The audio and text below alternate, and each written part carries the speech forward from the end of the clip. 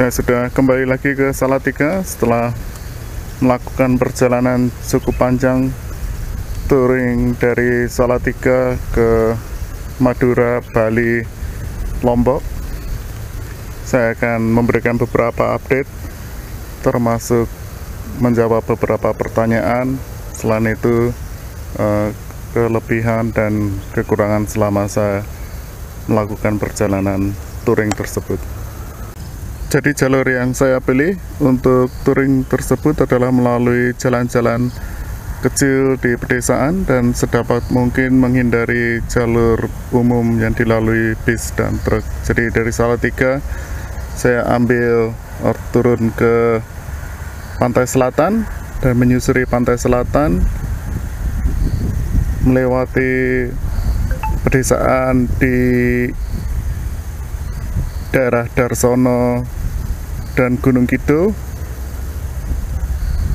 lalu menuju ke Surabaya, dan esok harinya saya ke Madura. Balik dari Madura lagi menyusuri pantai selatan dan naik ke Pegunungan Ijen.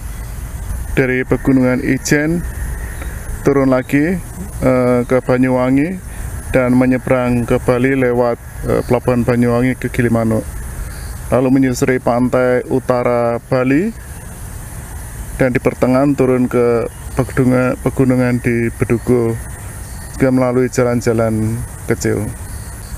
Esoknya dari Bedugo saya lanjut melalui daerah-daerah ketinggian sampai ke Kintamani dan ke Pelabuhan Padangbai, menyeberang ke Lombok dan tinggal di Senggigi. Lalu esoknya saya ke salah satu gili, yaitu Gili Meno, tinggal semalam, lalu pulangnya menyusuri pesisir Lombok searah jarum jam dan menyeberang ke Bali.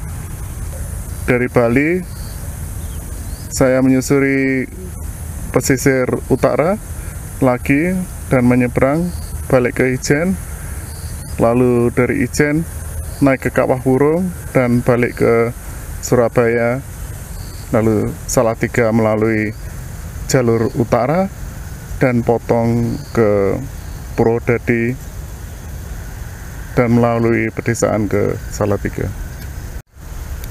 Salah satu yang sering ditanyakan adalah berapa konsumsi motor VR Vortex 250 cc ini. Jadi dalam kali ini saya catat penggunaan BBM dan jarak yang saya tempuh, yaitu saya catat dari dua, satu dari GPS dan satu dari speedometer atau odometer. Jadi sudah cukup diketahui bahwa speedometer ini kurang akurat. Nah, saya ambil jarak sekitar 500 plus kilometer. Jadi speedometer menunjukkan 591 km dan GPS 560 km. Jadi ada beda yang bisa dikalkulasi itu berapa persen errornya. Kondisinya adalah gear depan 13, standarnya 14. Jadi sudah saya ganti. 3 box penuh barang dan tidak ada yang membonceng karena istri saya waktu itu naik mobil lewat tol. Ini adalah karburator dari VR Vortex yang menggunakan karburator ini 2017, berat saya sekitar 88 kg. Jadi dari jarak yang ditempuh itu, jumlah Pertamax, bensin Pertamax yang digunakan adalah sekitar 24 liter, tepatnya 23,98 liter. Jadi bisa dikalkulasi kalau menurut speedometer konsumsinya adalah 24,6 km per liter. Sedangkan kalau menurut GPS yang lebih akurat adalah 23,3 km per liter. Jadi secara kasarnya kita bisa katakan konsumsi bensin VR Vortex 250 cc ini adalah sekitar 23 sampai 24 km per liter. Selanjutnya akan saya sampaikan beberapa hal yang positif dan negatif dari penggunaan selama ini. Jadi ini total sudah tahun keempat saya memiliki VR Vortex. Hal positif pertama adalah kenyamanan motor nih. Jadi karena posisi duduk dan lebar tempat duduk, motor ini sangat nyaman untuk jarak jauh. Jadi melewati 3 pulau itu sama sekali saya tidak ada problem. Setiap 1 jam saya istirahat, saya berboncengan dengan istri dan tidak ada keluhan sama sekali.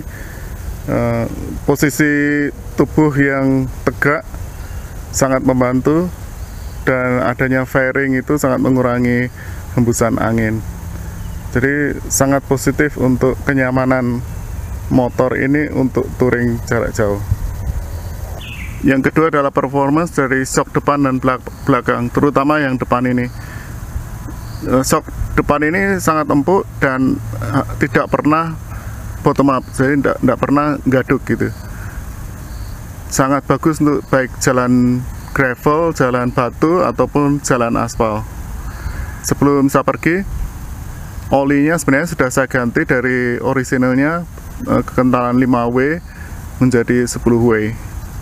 Dan sebenarnya itu ternyata agak terlalu keras, jadi saya lebih prefer ke 5W.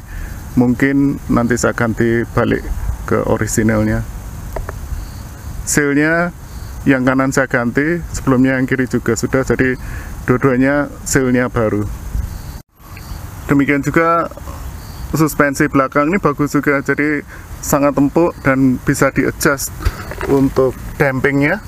Jadi dampingnya saya adjust, saya keraskan 1 klik, karena suspensi ini saya keraskan karena untuk berbonceng. Caranya mengeraskan cukup mudah, yaitu dengan membuka panel di bagian kiri, lalu ada kunci L yang tinggal dikendorkan dan pakai 2 tangan diputer. Jadi orisinnya itu sekitar 3 atau 4 putaran. Saya putar balik, saya keraskan, total 16 ulir, jadi 16 putaran. Dan masih bisa saya keraskan lagi sebenarnya. Untuk lebih kerasnya masih ada sekitar 3-4 cm. Tapi problemnya adalah nanti terlalu keras untuk kalau tidak berboncengan. Jadi ini merupakan sedikit kompromi. Efeknya kadang-kadang kalau lubang yang besar kita hantam, masih bisa kena sparkboard sedikit, tapi jarang sekali.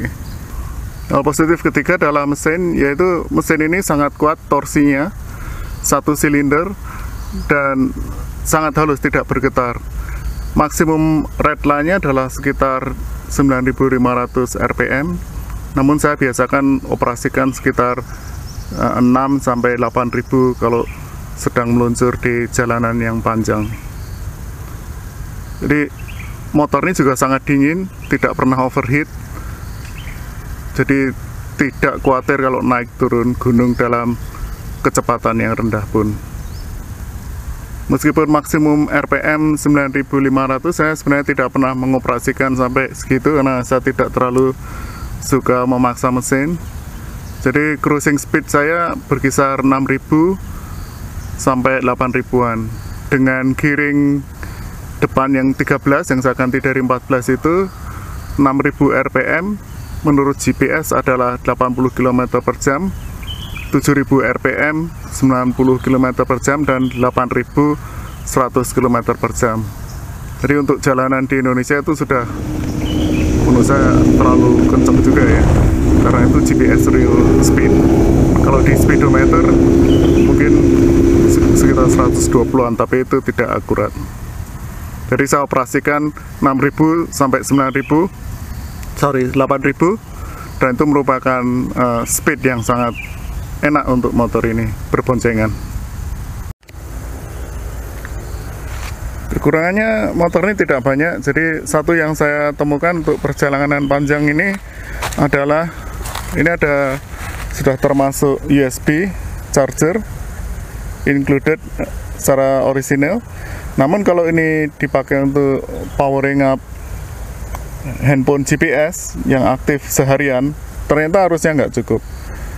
Jadi sedikit-sedikit akan berkurang dan akhirnya habis.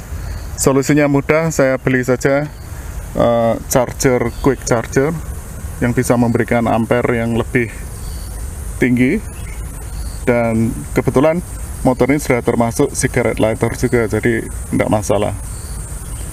Dengan demikian saya sekarang malah punya 2 USB port plus 1 yang kadang-kadang saya pakai untuk ngecharge GoPro, yang tidak masalah kalau untuk GoPro ya.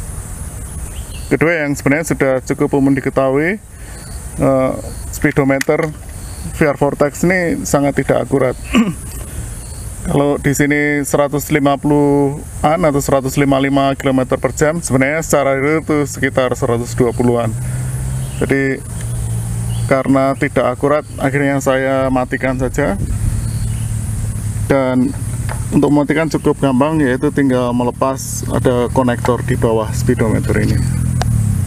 Problem ini diakibatkan menurut saya karena sebenarnya VR ini aslinya Zhongzhen RX3 dirancang untuk menggunakan ban roda depan ring 19 seperti layaknya motor adventure seperti BMW GS dan lain sebagainya. Tapi motor ini ringnya adalah ring 18.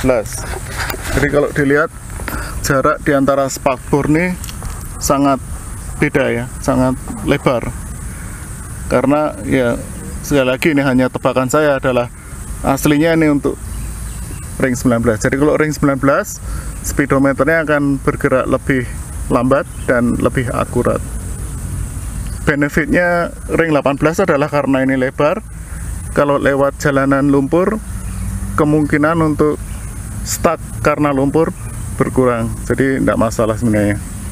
Kekurangan lain yang saya alami adalah spare part ya. Jadi spare part ini sudah cukup diketahui bahwa sangat sulit untuk motor ini, bahkan kalau ke dealer harus inden 1 minggu dan sebagainya untuk membeli consumable.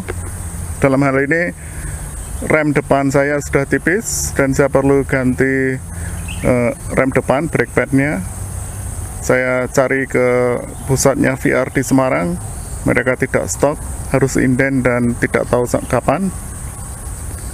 Dan akhirnya waktu itu saya sudah siapkan sebenarnya dengan membeli Bendix MD28. Namun ternyata terlalu besar dan tidak bisa masuk. Akhirnya saya harus hunting ke toko-toko sepeda motor, dan yang paling mendekati adalah kampas rem depan Mega Pro New. Nah, itu pun tidak persis, jadi saya harus memotong sana sini untuk memasukkannya. Jadi itu satu kekurangan yang perlu diantisipasi. Kalau misalnya melakukan touring jarak jauh, hal-hal seperti itu harus disiapkan. Kalau terjadi problem di remote ya, semacam di Lombok atau di Bali dan segala macam, itu akan jauh lebih susah lagi untuk mencari parts. Namun secara keseluruhan saya sangat menyukai motor ini, baik secara kenyamanan, lalu performance mesin, dan selama ini sangat reliable ya, belum pernah memberikan masalah buat saya. Dan ini ke Lombok ini sebenarnya paling jauh saya bawa motor ini dan sama sekali tidak ada masalah. Jadi saya sangat happy dengan motor ini. Saya tidak ada rencana untuk upgrade atau dijual. Saya kira 250 cc ini sudah sangat pas antara kecepatan dan beban motor untuk kondisi jalan di Indonesia, terutama kalau suka melalui jalan-jalan yang terpencil atau remote. Selanjutnya saya akan persiapkan motor ini untuk kembali touring ke Jawa Barat, Jakarta. Saya akan bawa ke Halimun Salak, ke Cipta Gelar lagi, dan semoga tidak ada halangan. Demikian dan terima kasih.